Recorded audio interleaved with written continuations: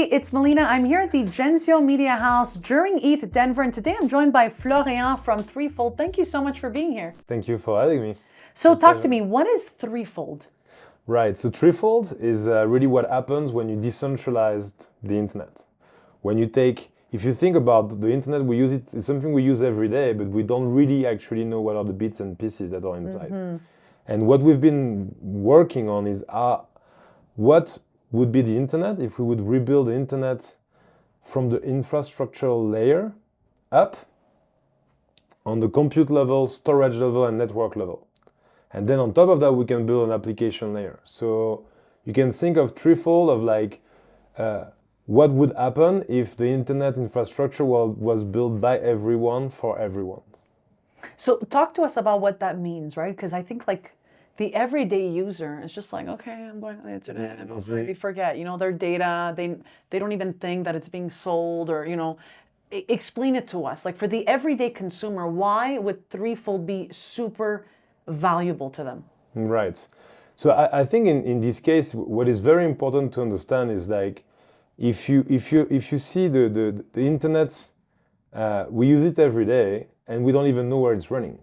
Like if you think of energy, for instance, if a country would produce its energy into another country, or if like to power your house, you had to take, in the US, you had to take energy from, I don't know, like South America, from Brazil, or from South Africa, it would not make much sense.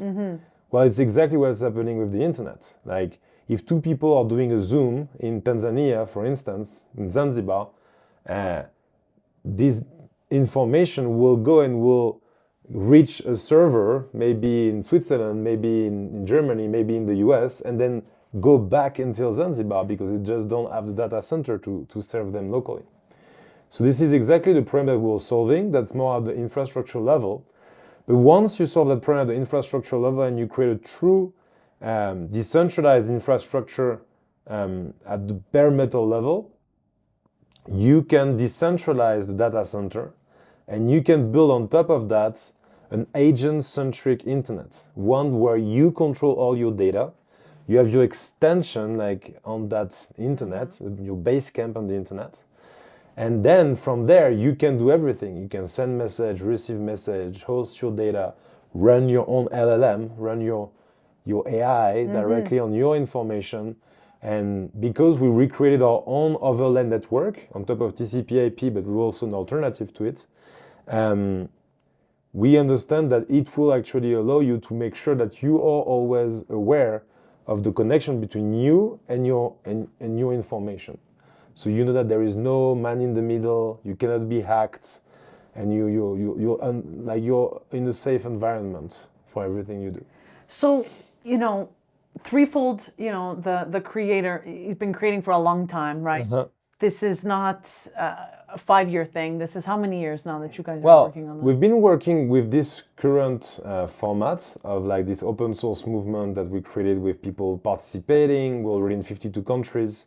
We have more than 60,000 CPUs, GPUs, 25 petabytes of storage. So it's extremely relevant. And the team behind, Christoph Despiegler, the main founder being one of them, has been for 25 years building the compute, storage, and network, like all the infrastructure layer for the internet we use today. So it's really like, you can think of it as a group of people who have been really the plumbers of the internet, that together have been really like going down that path of recreating the internet as it was supposed to be. Like fully decentralized, really autonomous, and really resilient. Like I'm trying to think, like for people who don't understand what we're talking about, why would certain countries decide, or people, you said all these people are joining you, why are they deciding this is the route I want to go?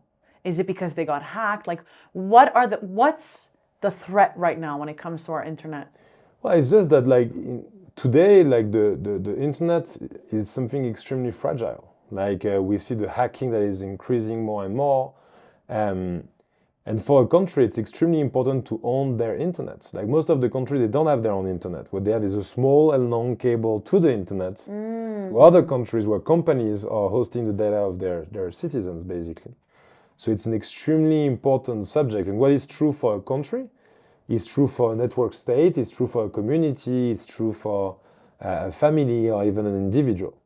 Like if I ask you, for instance, like, what's your current usage of the internet? Like how many terabytes of data do you use today? A lot.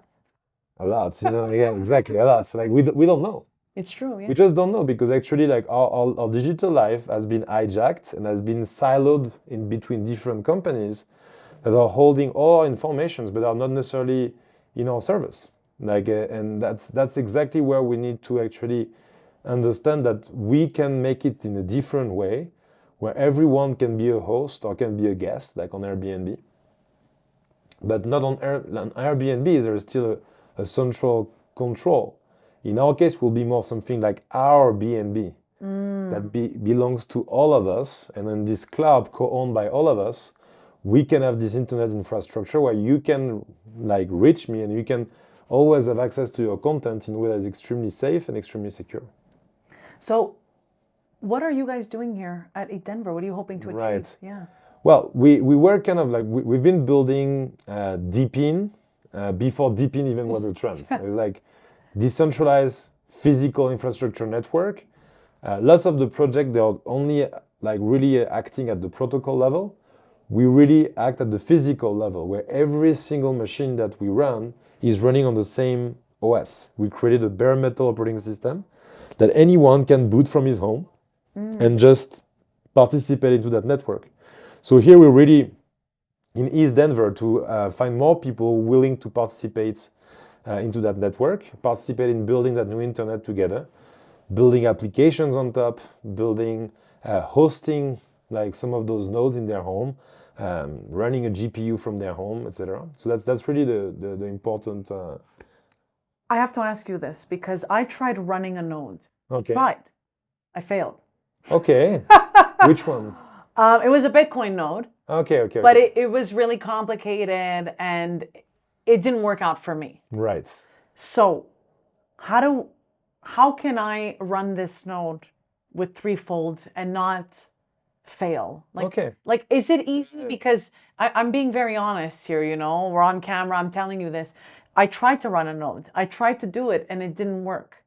Well, in our case, it's extremely simple in the sense that you can go to you need to have a dedicated machine, so you choose a machine, or you have already one that is good enough or it's like strong enough at your home. You reboot it, so you erase everything from it. You take one from like a fresh GPU on the machine, and then you will go there directly on ThreeFold.io, and then you can create an image disk that you can put on a USB stick. You create your farm ID number, it's your ID number if you want, that will represent this node within the network. And then you plug it directly to your USB stick to the machine, and you start it, and it will be automatically connected to your server. Wow! So it's going to be simple. It's extremely simple. Yeah. You have non-technical people who are able to run these nodes. That's why. All the idea was to make it very simple, so everyone can participate. Because today that's the situation. Today, the cloud industry as a whole is extremely exclusive. Like it's a bunch of very large companies that are really driving the game. I love it. So where can people learn more? How can people participate? I know you just explained the node, so that people can find you guys. Right. So you can find us online. You can find us on Twitter as ThreeFold. You can find us directly on our website, ThreeFold.io. And we organize regularly events ourselves. We have an amazing place in Zanzibar. Actually, we've been welcomed by this country to deploy at scale. We're already in 52 countries with the open source movement that we've been running for quite some time. And now we have a country that is coming on board that has already signed up to deploy at scale ThreeFold infrastructure for their own country. That's fully decentralized, and we'll host a DePIN summit along with EV3, who are our partners, amazing partners and investor in the project. And we'll be after San Francisco in 2023, New York in 2024, the DePIN Summit, the Global DePIN Summit will be hosted in Zanzibar on the 4th, 5th and 6th of July. So everyone is invited, those who want to come and know more about DePIN, know more about the importance of decentralizing the internet, and while understanding how it can be of such importance for a place like Africa. Yeah. We'll be very happy to welcome you in Zanzibar, in our place, 8 minutes from the airport. Amazing. Beautiful botanical garden, and it's a very special place. So wait, before we end, talk to me about Tanzania.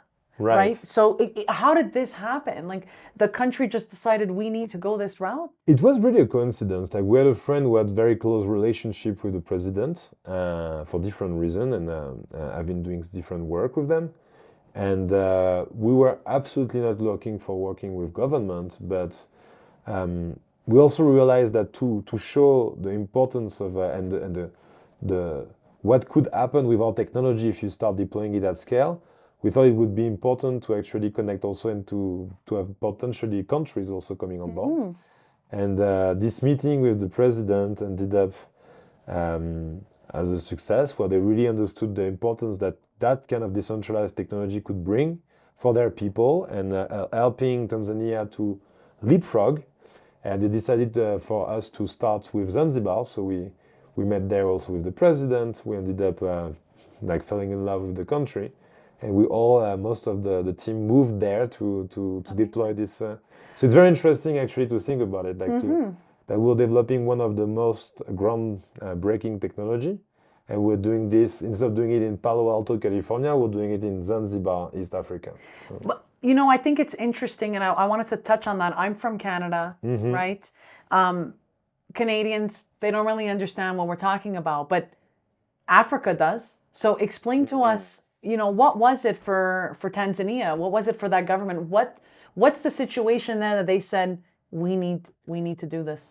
I think what is happening, and it's in many countries, is just that they realized that there was this entire industry of data and of like the internet has been just like changing lots of things. We think that everybody has equal access to the internet, but you still have 4 billion people in the world without the internet or without a decent access to the internet. And that won't be solved by centralized server mindsets. So for them, they really understand that they already lose kind of the war on data. They absolutely don't want to lose the war on intelligence. They want to make sure that now the intelligence and the AI is such an important thing. They want to make sure that they can actually run their GPU and all the critical intelligence for the country in the country.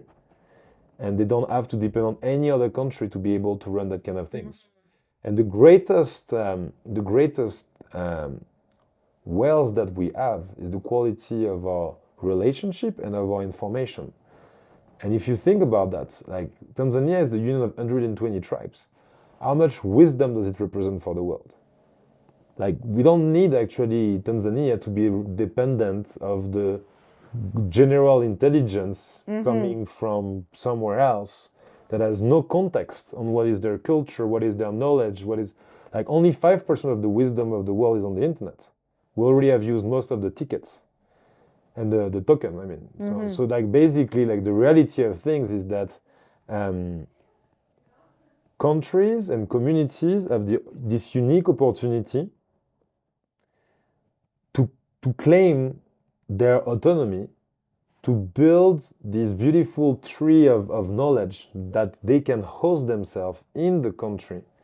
It's almost like Avatar, you know, like this tree, like where you have like, it's almost that, where you could all like almost as a game, gather all this intelligence and that wisdom and that knowledge inside the country, in this tree of knowledge, locally hosted, from where then you can actually run all this intelligence inside the country. And for them, it's extremely important. They understand that they cannot depend on. Well, I mean, I don't want to get political, but I think a lot of countries are starting to realize that they need to do it on their own. Right. That's something that is being actually becoming more and more clear. And as also, but in the end, it's making a lot of sense, because it's like the same way we do it for the same way we do something like that for instance for energy or for like food. you want to be as local as possible. It's really this idea of global, of being global and local. But having this sense of resilience is extremely important. We need to keep, we will still need data centers for some stuff, like large data centers for like data models or stuff, things like that. But if you think about the world and life, the window of life in nature is between resilience and efficiency. And that's exactly what we bring. We bring resilience and autonomy. I love it. Florian, where can people find you guys? ThreeFold.io. You can join us also in Zanzibar, 4th of July, Independence Day in the US, but Independence Day in Zanzibar as well. I love it. Thank you so much. Thank you. Thank you for having me. Thank you. Thank you. Brought to you by Hedera and Foresight Ventures.